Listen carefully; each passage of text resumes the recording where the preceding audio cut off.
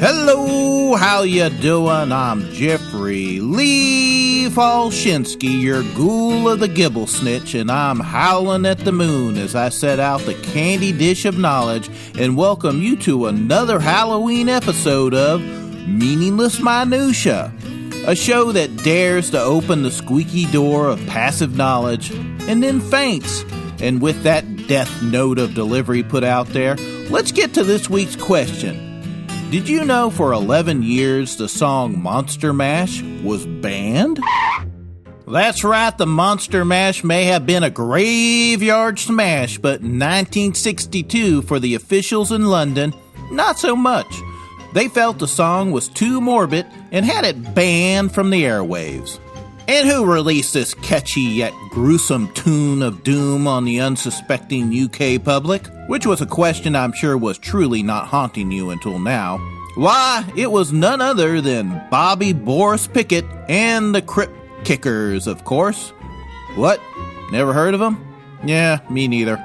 But anyway, Bobby Boris Pickett, Boris not being his God-given middle name, but a salute to his favorite horror actor, Boris Karloff, pinned this tune to cash in on the dance crazes like the twist and the mashed potato that were popular at the time.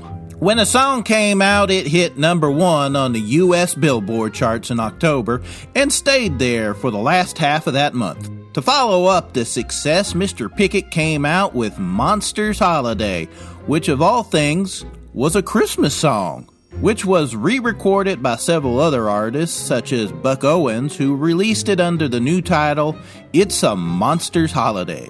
Mr. Pickett penned several other monster-themed songs, but it was the Monster Mash which would be his legacy.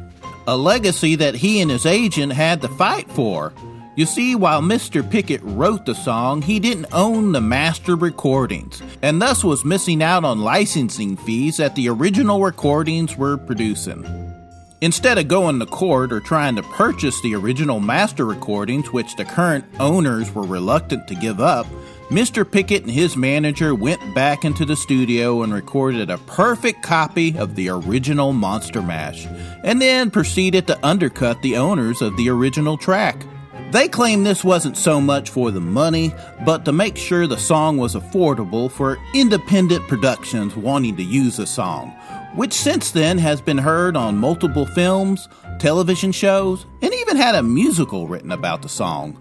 In an ironic twist, when the song's UK ban was removed 11 years later, the song went to number 3 on the UK Billboard charts, exposing a whole new audience to this graveyard smash, and cementing it as a Halloween must-listen to on playlists everywhere.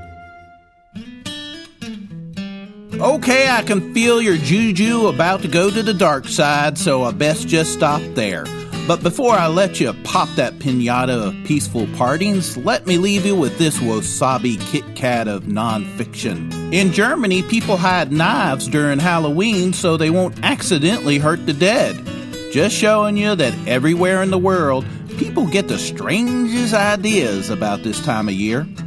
And with that, I'm Jeffrey Lee Falshinsky saying, Happy Halloween, amigos.